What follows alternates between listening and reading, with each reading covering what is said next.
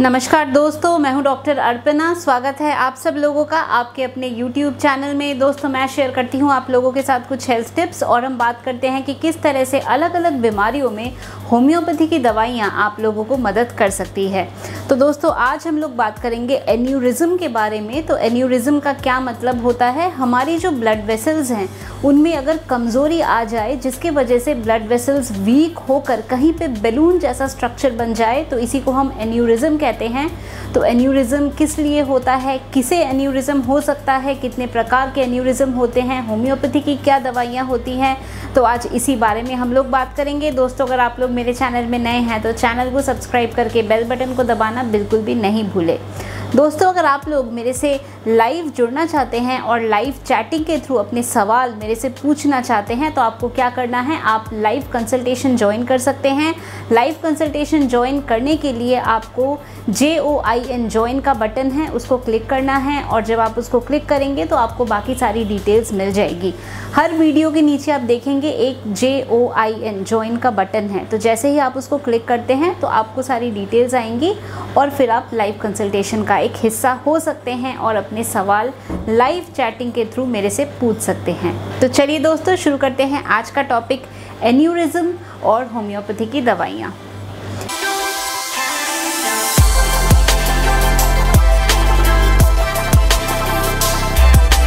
तो दोस्तों, ये जो एन्यूरिज्म है ये क्या होता है? एन्यूरिज्म का मतलब है कि हमारी जो ब्लड वेसल्स हैं, जो आर्टरीज़ हैं, इनमें इनकी जो वॉल होती हैं, तो इनके अलग अलग वॉल के पार्ट्स होते हैं। तो इन वॉल्स में अगर कमज़ोरी आ जाए कहीं तो क्या होगा, इनका जो लचीलापन है वो ख़त्म हो जाता है और ये वॉल्स फिर एक गोल आकार ले लेती है या एक बैलून जैसा बन जाता है। तो वो हो सकता है दोनों तरफ से बैलून बने या हो सकता है एक तरफ से बैलून बन जाए।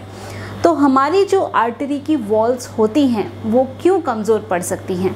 तो दोस्तों, इसके कुछ कारण हो सकते हैं। तो वो कारण ये है, सबसे पहला कारण है कि अगर आप लोगों को ब्लड वेसल्स के अंदर प्लाक वगैरह बन रहा है, यानी एथेरोस्क्लेरोसिस हो रहा है, यानी आपका कोलेस्ट्रॉल ज़्यादा है, और जैसे हार्ट अटैक होता है, हार्ट अटैक के वीडियो में मैंने आप लोगों को बताया है, तो ये जब फैट डिपॉजिशन हो जाता है इसके वजह से ब्लड वेसल्स जो हैं उनको पर्याप्त मात्रा में अगर ऑक्सीजन नहीं मिलता है और वो कमज़ोर हो सकती हैं और फिर वहाँ से एक बैलून जैसा आकार बन सकता है और इसी को हम कह सकते हैं एन्यूरिज्म। दोस्तों, दूसरा कारण ये हो सकता है कि जो ब्लड वेसल्स हैं, तो ये ब्लड वेसल्स की जो सप्लाई है वहाँ पे कमी हो रही है, इसको हम वाजा वेजोरम कहते हैं। तो हमारे शरीर में जितने भी पार्ट हैं, जितने भी छोटे से छोटे भी सेल्स हैं, इनको ऑक्सीजन की आवश्यकता होती है ताकि ये अपना काम कर पाए ठीक से। तो इसी तरह से जो ब्लड वेसल्स हैं इनको भी ऑक्सीजन की आवश्यकता होती है। तो ब्लड वेसल्स को जो ऑक्सीजन सप्लाई करता है, जो हमारा नेटवर्क ऑफ वेसल्स हैं जिसको हम वाजा वेसोरम कहते हैं, तो अगर इनमें कोई समस्या आ जाए जिसके वजह से जो आपके ब्लड वेसल्स की वॉल हैं, तो इन वॉल्स को ठीक रूप से अगर ऑक्सीजन नहीं मिल रहा है तो यहाँ पे इश्कीमिया हो जाता है, यानी कि सेल्स की डेथ, और उसके कारण से भी बैलूनिंग हो सकती है और एक एन्यूरिज्म फॉर्म हो सकता है। तो होता क्या है, ये एक डायलेशन हो जाता है, जो ब्लड वेसल्स हैं इनके ये डायलेट हो जाते हैं और इसी को हम एन्यूरिज्म कहते हैं। दोस्तों, कुछ जेनेटिक कंडीशन है जिसमें आपका अगर कोलेजन और फिब्रिलिन कम बने तो उसके वजह से भी एन्यूरिज्म्स हो सकता है, जैसे कि एलर-डैनलॉस सिंड्रोम है या मार्फन सिंड्रोम है। तो इनमें क्या रहता है कि शरीर में जो कोलेजन और फिब्रिलिन की आवश्यकता है वो जेनेटिकली ही कम रहती है और इसके वजह से एन्यूरिज्म्स बन सकते हैं। दोस्तों, जो हमारे एन्यूरिज्म हैं तो इनका अगर शेप बैलून जैसा है तो इसको हम क्या कहेंगे? बैलून जैसा अगर शेप हो रहा है तो इसको हम सैकुलर एन्यूरिज्म कहते हैं।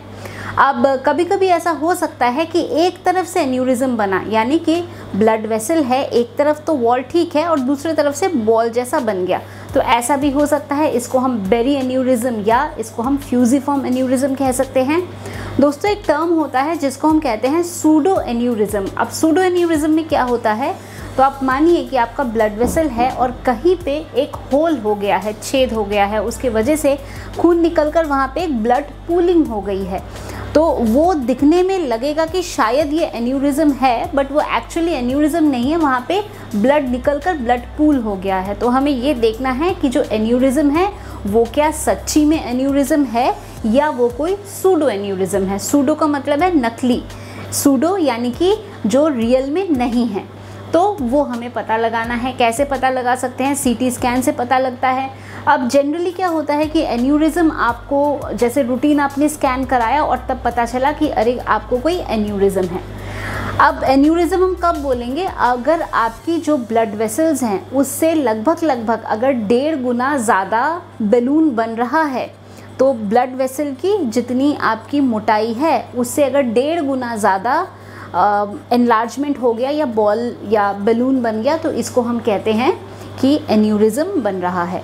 अब दोस्तों एन्यूरिज्म आपको ब्रेन में हो सकता है, जो सर्कल ऑफ विलिस है वहाँ पे एन्यूरिज्म बन सकता है, एओर्टा में एन्यूरिज्म बन सकता है, लेग्स में बन सकता है, स्प्लीन में एन्यूरिज्म बन सकता है। एन्यूरिज्म बनने का जो रिस्क फैक्टर है या किसको बन सकता है एन्यूरिज्म, तो सबसे ज़्यादा मेल्स में ये प्रॉब्लम देखी गई है। 60 साल से ज़्यादा उम्र के मेल्स जिनको बीपी की शिकायत हो यानी हाइपरटेंशन हो, तो उनको एन्यूरिज्म होने की भी जो टेंडेंसी है वो बढ़ सकती है। इसके साथ साथ अगर मोटे हैं, मोटापा है, अगर स्मोक करते हैं, फैमिली हिस्ट्री है, कोई हार्ट डिजीज़ है और कोलेस्ट्रॉल बढ़ा हुआ है, तो ये हमारे कुछ रिस्क फैक्टर हैं। तो अब आप देखेंगे कि यही रिस्क फैक्टर अगर किसी को एथेरोस्क्लेरोसिस हो रहा है या हार्ट डिजीज़ या ऐसा कुछ ब्लॉकेज आ रहा है, तो उनके भी यही रिस्क फैक्टर होते हैं मोर और लेस। तो हमें इस बात को समझना है कि एथेरोस्क्लेरोसिस भी एक रीज़न एन्यूरिज्म का हो सकता है और अकॉर्डिंगली हमें इसको ट्रीट करना है।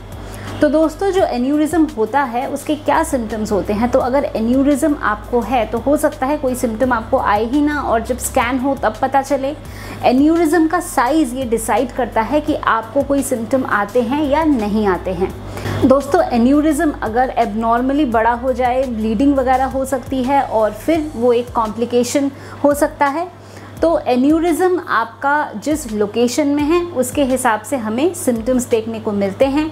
अब एन्यूरिज्म में हमें क्या करना है? तो अगर एन्यूरिज्म का साइज़ बड़ा है तो डेफिनेटली उसमें हमें सर्जिकल इंटरवेंशन की ज़रूरत पड़ सकती है। अगर एन्यूरिज्म का साइज़ छोटा है तो हम क्या करते हैं, एक तो आपका रेगुलर चेकअप होते रहना चाहिए पता लगाने के लिए कि एन्यूरिज्म आपका नियंत्रित में है या नहीं है और अकॉर्डिंगली दवा देनी है। दोस्तों होम्योपैथिक मेडिसिन के बारे में बताने से पहले मैं आप लोगों को ये ज़रूर बताना चाहूँगी कि आपको जो भी बीमारी है, जिस कारण से है, उसका रूट कॉज क्या है, उसका अंडरलाइंग कॉज क्या है, तो उसे ट्रीट करना ज़रूरी है। जब हम रूट कॉज को ट्रीट करते हैं तो जो आपके सिम्टम्स आते हैं उसमें भी आप देखते हैं कि आपको बेनिफिट मिलता है, आपको रिलीफ मिलता है।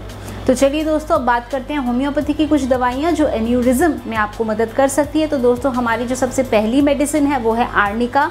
आर्निका के बारे में मैंने आप लोगों के साथ काफ़ी बार पहले भी डिस्कस किया है कि आर्निका कहीं पे भी अगर ब्लड क्लॉट वगैरह बनता है तो एब्जॉर्ब ब्लड हो जाए तो इसके लिए एक बहुत अच्छी दवा है। बेराइटा कार्ब इसमें यूज़ कर सकते हैं, ऑरम मेटालिकम यूज़ कर सकते हैं, आर्स आयोड, एकोनाइट यूज़ कर सकते हैं, baryta mur, calcarea fluor, calendula, carbo animalis, causticum, digitalis, glonoine, graphites, guaiacum, iodum, kali carb, kalmia, natrum mur, plumbum metallicum, lachesis, pulsatilla, spigelia, thuja, veratrum viride.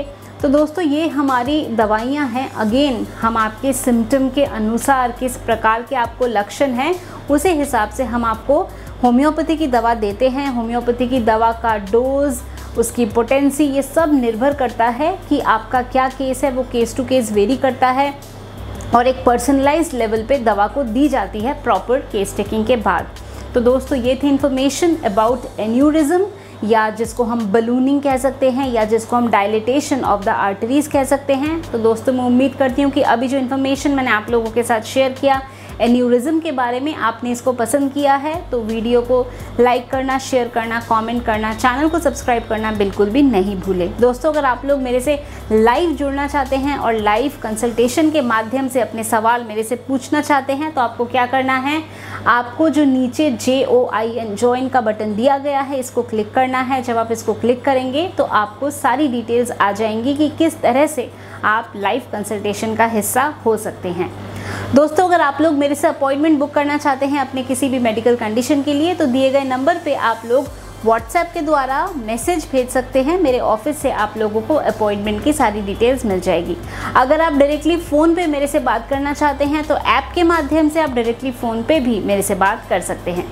तो दोस्तों आज के लिए बस इतना ही। खुश रहिए, मुस्कुराते रहिए, स्वस्थ रहिए। Thanks for watching.